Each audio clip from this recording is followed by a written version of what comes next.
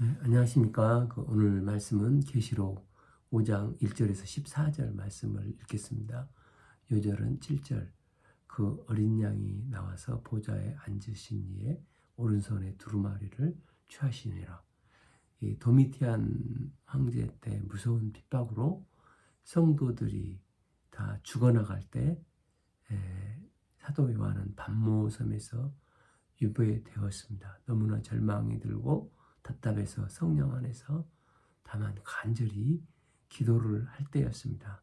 하나님께서 성령의 감동을 주사 하늘문이 열리고 또 환상의 모습을 보여주면서 인류 구속 역사를 이루가시는 하나님의 구속의 계획을 사도 요한이 보며 감당할 수 없는 감동과 말할 수 없는 위로와 소망을 덧입게 되었습니다. 그 가운데 이제 4장은 성부 하나님 보좌에 초점이 집중되었고, 이제 5장은 하나님 보좌 우편에 앉아 계신 예수님께 집중되어 있습니다. 예수님은 하나님의 구속 역사를 완성하신 분이십니다. 5장에 등장하는 가장 중요한 소품은 이 두루마리 책입니다. 1. 내가 봄에 보좌에 앉으신 이의 오른손에 두루마리가 있으니 안팎으로 썼고 7인으로 봉하였더라. 오른손은 하나님의 강력한 손이십니다. 그 손에 양피지에 쓰여진 두루마리가 안팎으로 써져 있다는 것은 그만큼 내용이 많다는 것입니다. 성경은 우주 만물을 향한 하나님의 뜻이 담겨져 있는 책이고, 이 세상의 시작부터 종말까지 하나님의 인류 구원 역사가 다 기록되어 있습니다. 그런데 이 책이 뜯겨져야 하나님의 구원 계획도 또 심판 계획도 실행이 될 수가 있는데, 이 책이 7인으로 봉해져 있다는 것입니다. 성경에서 7이라는 숫자는 완전함을 뜻하는데 7인 일종의 밀랍으로 완전히 봉인되어 도장이 찍혀 있으니 누구도 뜯을 수가 없게 된 것입니다. 이 하나님의 오른손에 들려있는 두루마리야말로 하나님께서 종말에 대해 행하실 일에 관한 내용이 기록되어 있습니다. 그래서 다니엘서 12장은 이 두루마리에 대한 귀중한 최소한의 단서를 제공하고 있습니다. 12장 4절 다니엘서 다니엘아 마지막 때까지 이 말을 간수하고 이 글을 봉하라. 많은 사람이 빨리 왕래하며 지식이 더하리라. 이 봉함된 말씀이 이제 계시록 5장에서 드디어 인을 떼는 이기는 자가 나타나고, 이제 6장부터 봉함된 인이 떼어지면서 일어난 일들이 전개되는 것을 우리는 보게 됩니다. 하나님은 창조에서부터 종말에 이르기까지 동시적으로 하나님 눈앞에 펼쳐져 있고, 하나님께서는 이미 종말에 관한 모든 계획들 또한 성도들의 구원의 완성에 관한 모든 비밀들이 주권적인 하나님의 결정적인 내용들이 이 두루마리 안에 다 담겨져 있습니다. 그런데 이 인을 뜯어야 하나님의 구원 계획도 심판 계획도 실행이 될 수가 있는데, 이게 다 인으로 봉해져 있다는 것입니다. 그래서 전사가 갑자기 큰 음성으로 외치는 것입니다. 또 보면 힘있는 전사가 큰 음성으로 외치기를 누가 그 두루마리를 펴며 그 인을 떼기에 합당하냐 하나. 그래서 요한이 눈을 부릅뜨고 비비고 보니 참 하늘 위에서나 땅 위에나 땅 아래에 능히 그 두루마리를 펴거나 보거나 할 자가 없더라. 어떻게 하나님의 전적인 주권에 속한 일들을 누가 감히 안다고 말할 수 있겠으며, 누가 감히 떼어서 펼쳐볼 수 있겠습니까? 그 두루마리를 펴거나 보거나 보거나 하기에 합당한 자가 보이지 아니하기로 내가 크게 울었더니. 사도 요한은 합당한 자를 보지 못하니까 도대체 누가 저 두루마리를 뗄 수 있겠습니까? 하고 통곡을 시작하는 것입니다. 지금 자신이 속한 지상교회 성도들이 하나둘 이제 죽어가고 있고 본인도 밤모섬에 유배되어 있는데 얼마나 많은 핍박과 고통을 더 당해야 하는지, 언제까지 이렇게 인내하며 견디어 나가야 하는지, 누가 저 봉인을 뜯어 열어야 하는데 하면서 하나님 앞에 다만 눈물을 흘리고 있는 것입니다. 비밀의 책인 성경에 인을 떼려면 이 땅에서 다만 하나님께 나아가 울어야 합니다. 그래서 스펄전 목사님은 그 통곡으로 통곡으로 다리를 건너지 않으면 우리는 하나님의 은혜의 보좌의 자리로 나갈 수 없다고 했습니다. 우리도 어린 초신자에게 성경을 왜 그렇게 모르느냐, 깨닫지 못하느냐 요구한다고 결코 되지 않습니다. 할 수 있는 것은 나도 잘 모르는데 그저 긍휼히 여겨주시옵소서, 긍휼의 구원의 은혜를 깨닫게 해달라고 하나님 앞에 우는 것, 이것뿐입니다. 우리 성도들은 구원의 자리, 구원의 보좌를 통과하기 위해서는 이런 눈물의 자리를 건너야 하는 것입니다. 구원을 위해서, 나의 구원을 위해서, 또한 양들의 구원을 위해서 눈물의 통곡이 있는 인생을 살아야 하는 것입니다. 주님 애탑니다. 저의 눈물을 불쌍히 여기사 기억해 주시고 눈물을 계수하사 주님을 더욱더 알아가게 하시고 이 눈물 계수의 병에 이 눈물을 담아 주십시오. 이런 통곡이 있어야 생명 구원 역사에 더욱 깊게 들어갈 수 있다는 것입니다.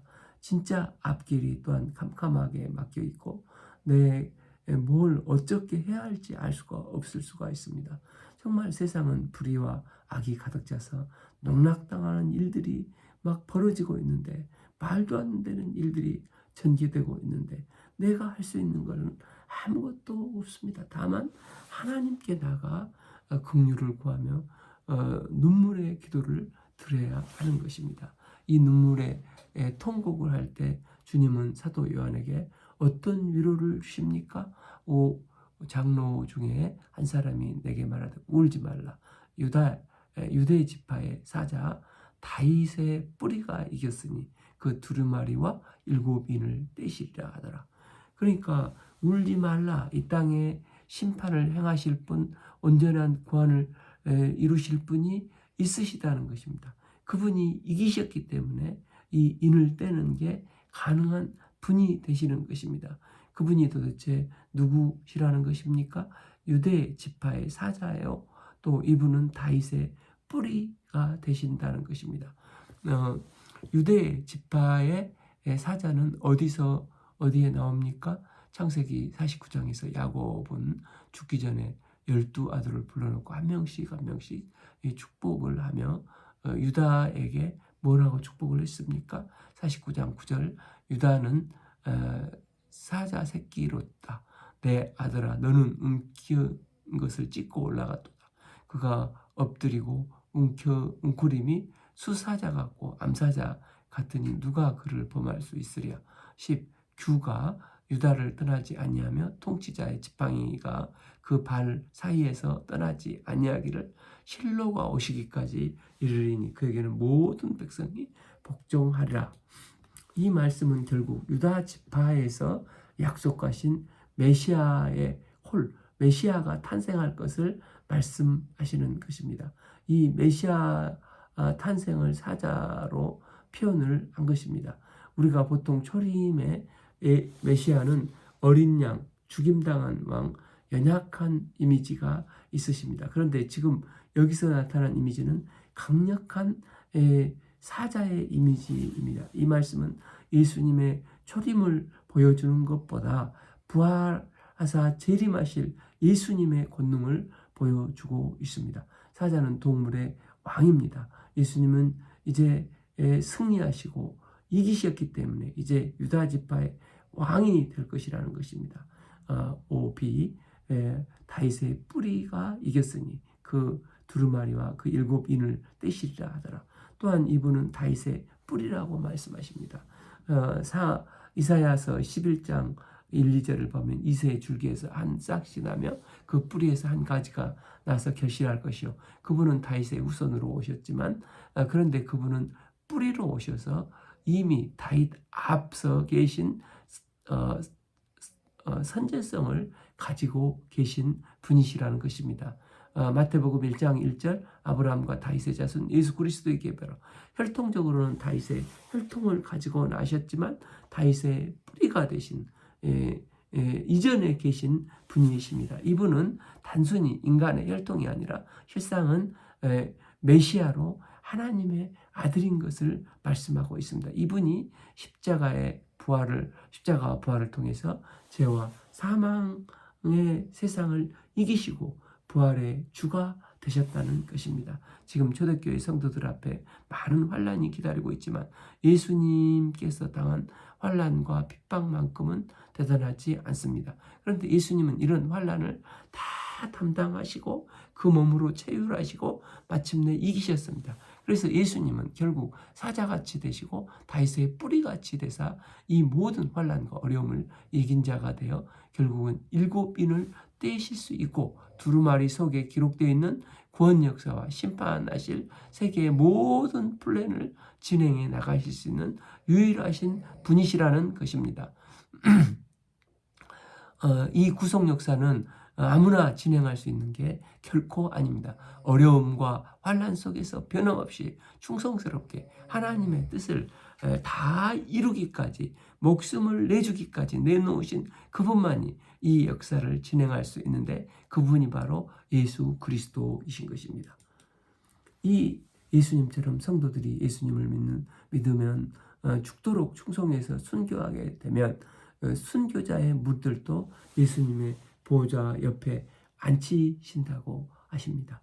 왜입니까? 칭찬만 하시려고 하시는 게 아니라 같이 영원토록 왕노릇하고자 하심입니다. 계시록 22장 5절 다시 밤이 없겠고 등불과 햇빛이 쓸데 없으니 이는 주 하나님이 저희에게 비추심이라 저희가 세세토록 왕노릇하리로다. 그래서 천국에서 왕이 되는 자들은 이 땅의 환난 속에서도 믿음으로 끝까지 충성한 자들입니다. 그래서 예수님이 7인을 떼시는 분이 되시는 것입니다. 그런데 이 예수님은 또 어떤 모습으로 보여주고 있습니까? 예수님은 내 생물과 24장로 사이에 계시는데 이번에는 어린 양의 모습입니다. 내가 또 보니 보좌와 내 생물과 장로들 사이에 한 어린 양이 서 있는데 일찍이 죽음을 당한 것 같더라. 여기서 일찍 죽임을 당한 것 같더라. 그러니까 이전에 한 번은 죽은 것 같은데 지금은 살아 계시고 보좌에 앉아 계시는 것입니다. 우리 예수님은 어린 양같이 오셨는데 희생제물이 되셔 죽으셨습니다. 이를 본 세례 요한은 외쳤습니다. 요한복음 1장 29절 보라 세상 죄를 지고 가는 하나님의 어린 양이로다. 또한 히브리서 9장 12절은 증거합니다. 염소와 송아지의 피로 아니하고 오직 자기의 피로 영원한 속죄를 단번에 성소에 들어가셨느니라. 그리스도께서 영단번의 제사를 드림으로 인류 구속과 속죄에 대한 보혈의 피를 친히 흘리셨습니다. 이렇듯 제물로 드려지면 실패하고 패한 것 같지만 그분은 실패하고 패한 게 아니라 죽은 죄 가운데서 사망의 머리통을 깨시고 부활하사 지금은 하나님 보좌 우편에 부활 생명으로 살아계시자 인을 떼시기에 합당한 이긴 자가 되셨다는 것입니다. 그 예수님에게 뭐가 있습니까? 육비 그에게 7뿔과 7 눈이 있으니 그 구원은 그 눈들은 온 땅에 보내심을 받은 하나님의 7영이더라. 여기서 뿔은 권세와 힘을 상징합니다. 7은 완전을 상징하는데 예전에는 죽었던 분 같은데 지금은 부활하신 예수님은 머리에는 힘과 권세가 머리에 가득 차 있으시다는 것입니다. 거기다가 7눈을 완전한 눈을 가지고 계셔서 못 보는 게 없으시고 사람의 중심, 폐부까지 꿰뚫어 보시는 눈이 있으신 분이십니다. 그 옆에는 온 땅에 보내심을 받은 하나님의 7영이 함께 해서 주님의 뜻을 대행하는 이로써 역사를 주관하고 계신다는 것입니다. 7. 그 어린 양이 나와서 보좌에 앉으시니 오른손에 두루마리를 취하시니라. 그런데 이 성자 어린 양이 보좌 앞에서 나와서 그 보좌에 앉아 계신 성부 하나님의 오른손에 책을 취하셨다는 것입니다. 이 책을 취하셨다는 것은 성부 하나님의 모든 전권을 성자 예수님께서 이 양을 받으셨다는 뜻입니다. 8. 그 두루마리를 취하심에 네 생물과 24장로들이 그 어린 양 앞에 엎드려 각 검은 고와 향이 가득한 금대접을 가졌으니 이 향은 성도의 기도들이라. 그래서 네 생물과 24장로들이 이 성자 어린 양 예수님이 새 역사를 진행하고 심판하시는 게 합당하다고 엎드려 있는 것입니다. 그래서 그들이 무엇을 합니까? 각각 검은 고와 향이 가득한 금대접을 가졌으니 이 향은 성도의 기도들이라. 여기서 검은 고는 찬양을 말하는 것이고 향이 가득한 금대접을 가졌다는 것입니다. 그 금대접은 향이 가득한 성도들의 기도를 담아놓는 금대접입니다. 그 기도를 누구에게 합니까? 성부 하나님께 기도를 드리는데 그 기도를 성부 하나님께 전달하는 분이 바로 중보자 성자 예수님이십니다. 이 성자 예수님은 모든 기도를 하늘나라에 쌓아두신다는 것입니다. 그러자 또 뭐가 펼쳐지게 됩니까? 그들이 새 노래를 불러 이르되 두루마리를 가지시고 그 인봉을 떼시기에 합당하시도다. 일찍이 죽음을 당하사 각 족속과 방언과 백성과 나라 가운데서 사람들을 피로 사서 하나님께 드리고 그들이 천국에서 부를 노래가 새 노래라는 것입니다. 새 노래를 불러 이르되 두루마리를 가지고 그 연봉을 떼기에 합당하도다라고 찬양을 하고 있습니다. 이것은 세상의 노래와 근본 질이 다른 새 노래입니다. 특별히 이 노래는 이 땅 가운데서 고통과 연단 속에서도 자기도 모르게 좀 불신과 원망에 또 하나님에 대한 불평이 들 수가 있는데 나중에 다 이 과정을 겪어보니 하나님이 그때 나를 이렇게 연단하시지 않으셨다면 지금 내가 있을 수가 없었고 그때 연단 속에서 나를 지켜주지 않았으면 나는 정말 큰일 날 뻔했었다. 시간 지나놓고 보니까 과거에 받았던 이 고난과 환난과 어려움들이 모든 것이 찬양거리가 되는 것입니다. 이런 찬양들을 하게 될 것이라는 것입니다. 그래서 이 찬양은 오로지 창조주 하나님, 구원자 예수님께만 찬양이 돌려져야 한다는 것입니다.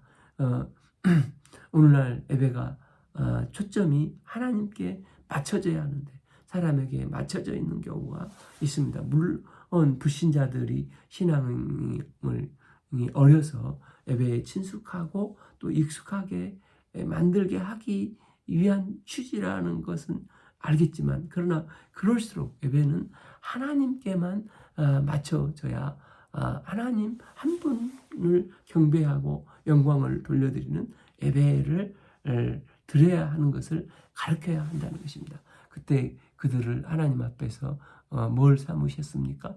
그들은 우리 하나님 앞에서 나라와 제사장들을 삼으셨으니 그들의 이 땅에서 왕노릇 하리로다 하더라. 예수님의 피의 대가로 죽을 수밖에 없었던 죄악된 우리들을 이제 나라와 제사장으로 삼아주시고 왕노릇하게 해주셨다는 것입니다. 그러니 우리 주 예수님을 찬송 받으시기에 합당하신 분이시라는 것입니다. 우리는 사장에서 하나님께 드려지는 찬양을 2번 드리는 것을 읽었습니다. 5장에서는 이제 3번 찬양을 울려 퍼지는데 첫 번째 이 찬양을 예수님께 올려드립니다. 예수님께 2번 전체적으로 드려지고 이제 세 번째 성부 하나님과 성자 예수님께 드려지는 찬양을 이제 드리는데 우리가 찬양을 올려드릴 때 그분께만 온전히 올려드리는 기도의 향과 같은 찬양이 되기를 기도합니다. 10일 내가 또 보고 들음에 보좌와 생물들과 장로들을 둘러선 많은 천사의 음성이 있으니 그 수가 만만이요 천천이라. 이 천군 천사 모두가 어떻다는 것입니까? 12. 큰 음성으로 이르되 죽음을 당하신 어린 양은 능력과 부와 지혜와 힘과 존귀와 영광과 찬송을 받으시기에 합당하셨다 하더라. 여기서도 합당하다, 마땅하다, 비슷하게 어린 양 예수님을 찬송 받으시기에 합당하시는 분이시라는 것을 7가지 단어로 어린 양 예수님을 온전히 두 번째로 찬양을 하고 있는 것입니다. 성경에서 7은 완전함으로 7가지 단어로 찬양하는 것은 완전한 언어로 예수님을 송축하고 있는 것을 볼 수 있습니다. 이제 성부 하나님, 성자 예수님 두 분께 동시에 올려드리는 찬송을 듣습니다. 13. 내가 또 들으니 하늘 위에서와 땅 위에서와 땅 아래와 바다 위에와 또 그 가운데 모든 피조물이 이르되 보좌에 앉으신 이와 어린 양에게 찬송과 존귀와 영광과 권능을 세세토록 돌릴지어다니. 이 사는 땅의 수인데 찬송과 존귀와 영광과 권능 이 4가지 단어로 이 땅의 만물도 모든 피조물들도 찬송하기에 합당하다, 마땅하다 하며 성부 하나님과 성자 예수님을 찬송하고 있습니다. 그럼 성령 하나님께는 찬양을 안 합니까? 아닙니다. 성령 하나님은 내 생물과 24장로들과 천군 천사들이 찬양하도록 돕는 분이 성령 하나님이십니다. 삼위일체 하나님이 함께 찬양을 받으시기에 합당한 분이시고 우리가 찬양을 올려드릴 때 삼위일체 하나님께 찬양을 올려드리는 것입니다. 이때 14 내 생물이 이르되 아멘하고 장로들은 엎드려 경배하더라입니다. 이제 출애굽기를 보면 하나님은 모세를 부르십니다. 출애굽기 4장 10절 이제 내가 너를 바로에게 보내어 너로 이스라엘 백성 자손을 애굽에서 인도하여 내게 하리라. 사실 지금 모세는 광야에서 양치는 자의 목자가 되었습니다. 그런데 하나님은 모세에게 이스라엘 백성을 데리고 나오라는 것입니다. 그런데 모세는 애굽에 가기가 싫습니다. 왜냐하면 애굽에서 사람을 쳐 죽이고 왔지 않습니까? 또 이스라엘 백성들이 싸우고 있는 것을 볼 때 누가 너를 우리의 감독자로 세웠느냐? 니까짓 게 뭔데? 하였기에 모세는 이스라엘 백성들에게 별로 대접받지 못한 존재라는 것을 아니까 애굽 가기가 싫은 것입니다. 그래서 모세는 이스라엘 백성이 나보고 누가 보내서 왔냐고 물으면 누가 보내서 왔다고 해야 합니까? 라고 물었습니다. 그때 하나님께서는 출애굽기 3장 14절에서 I am who I am. 나는 스스로 있는 자 아니라 또 이르시되 너는 이스라엘 자손에게 이같이 이르기를 스스로 있는 자가 나를 너희에게 보내셨다 하라. 여기서 I am 이것은 현재 형이기도 하고 또 미래형이기도 한다는 것입니다. I am will be 뭔가 되겠다는 것입니다. 즉 나는 마땅히 되어야 할 자가 되겠다. 그러면 하나님은 뭐가 되시겠다는 것입니까? 하나님은 마땅히 이 오늘 계시록 4장 5장을 보면은 찬송 받으시기에 합당하고 찬송 받으시기에 마땅한 분이 되시겠다는 것입니다. 그러니까 지금 모세가 애굽 사람에게 보내졌을 때 모세도 그 의미를 잘 몰랐지만 그 의미는 나를 보내시는 이는 찬송 받으시기에 합당한 분이신데 너희들이 지금은 그분이 누구인지 잘 모르지만 이제 이 하나님이 너희에게 구원 역사를 베푸시게 되면 그것을 너희들이 눈으로 보고 체험하고 경험하게 되어 너희들 입으로 스스로 감격하여 하나님을 찬양하고 말 것이라는 것입니다. 심지어 찬양하지 말라고 해도 이분은 찬양하기에 합당한 분이시다. 마땅한 분이시다 하며 찬양을 하게 될 것이라는 것입니다. 하나님은 그런 분이 될 거라고 말씀하셨습니다. 그래서 이제 애굽에서 모세가 가서 이제 바로 10가지 재앙으로 혼내주고 마침내 이스라엘을 데리고 나오는데 홍해가 가로막지 않습니까? 이때 모세가 출애굽기 14장 13절 너희는 두려워하지 말고 가만히 서서 여호와께서 오늘날 너희를 위하여 행하시는 구원을 보라. 너희가 오늘 애굽 사람을 영원히 다시 보지 아니하리라 하였더니 홍해가 쫙 갈라졌습니다. 그래서 이스라엘 백성들은 바다를 마른 땅같이 건넜습니다. 그리고 하나님은 다시 물을 합해서 이스라엘 줬던 애굽 군대를 홍해 바다에 다 수장시켜 버렸습니다. 이것을 눈으로 구원 역사를 직접 보고 애굽 군대들이 다 수장된 것을 보고 체험했던 이스라엘의 반응이 무엇이었습니까? 출애굽 15장에 보면 미리암이 소고를 들고 온 백성이 모세와 함께 하나님을 찬양하는 것입니다. 15장 21절 미리암이 그들에게 화답하여 이르되 너희는 여호와를 찬송하라. 그는 높고 영화로우시므로 말과 그 탄자들을 바다에 던지셨음이로다. 그들은 눈으로 보고 체험한 하나님의 은혜와 이 놀라운 권능이 너무너무 대단한 것을 보고 하나님을 찬송하기에 합당하신 분으로 마땅하신 분으로 찬송을 하고 있는 것입니다. 이 하나님은 직접 삶 속에서 체험하고 경험하니까 하나님을 높이 찬양하며 스스로 계신 하나님은 찬양 받으시기에 마땅하신 분이시다, 합당한 분이시다라고 찬양을 하는 것입니다. 초대교회나 오늘날이나 모양만 다르지 현실 문제는 여러 어려움이 있습니다. 그래서 하나님께 도와달라고 기도하는데 안 도와주시는 것 같고 또 무슨 불평 안 하는 게 다행으로 여긴다고 생각할 수도 있습니다. 또 이 땅의 불의한 이들을 보면 왜 그냥 인내만 하시고 냅두시는지 이해가 안 되고 찬양이 안 나올 때가 있을 수가 있습니다. 그런데 계시록은 지금 너희들이 그럴지 모르나 성자 예수님이 7인을 하나씩 떼시면서 나팔을 진행하시며 대접을 진행하시면서 이 세상이 끝이 되었을 때는 내가 뭐라고 말하지 않아도 너희들 입에서 새 노래의 찬양이 터져 나올 수밖에 없을 것이라는 것입니다. 아멘. 어린 양 예수님은 능력과 부와 지혜와 힘과 존귀와 영광과 찬송을 받으시기에 합당하신 주 하나님 우리 주에게 7인으로 봉한 말씀을 주시니 참으로 감사합니다.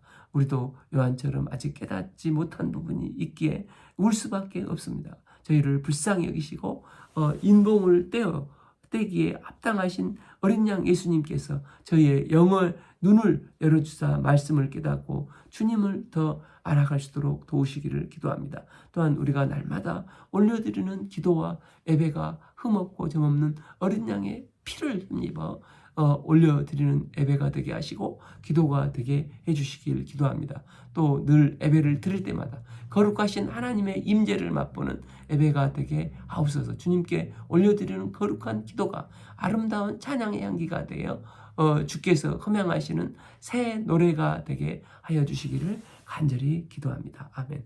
오늘 말씀은 계시록 5장 1절에서 14절 말씀을 읽었습니다. 감사합니다.